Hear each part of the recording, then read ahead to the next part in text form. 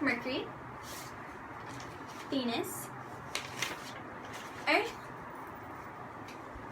Mars, Jupiter, Saturn,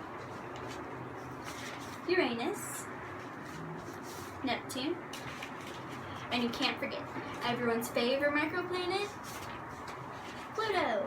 Now these are all the planets that we know and love, correct? Well, wait. I have to tell you about one more planet, Earth 2.0.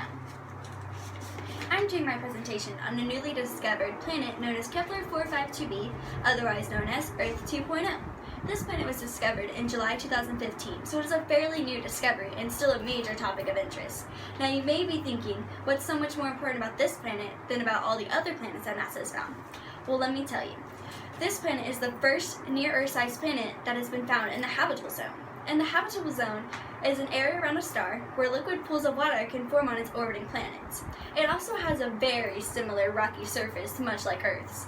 And it also, although it is 60% larger in diameter than Earth, its orbit only lasts 5% longer than ours. Its lasts 385 days, opposed to ours that lasts 365 days. And although it is 5% farther away from its star than we are, it makes up for it by having a much larger star than we do. Now you may say, this sounds like the perfect backup planet if something were to ever happen to our beloved Earth. It can sustain life, it has pools of water, and it has a star much like ours. What could be more perfect? Well, there is controversy about this planet. Although it can sustain life, it is 1,400 light years away, so nearly impossible to travel to at this time. But NASA, for future directions, has been working on a drone that can possibly land on this planet.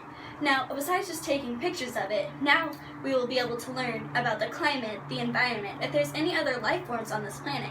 So who knows, maybe later on, maybe years from now, we'll be living on Earth 2.0. So that's my project.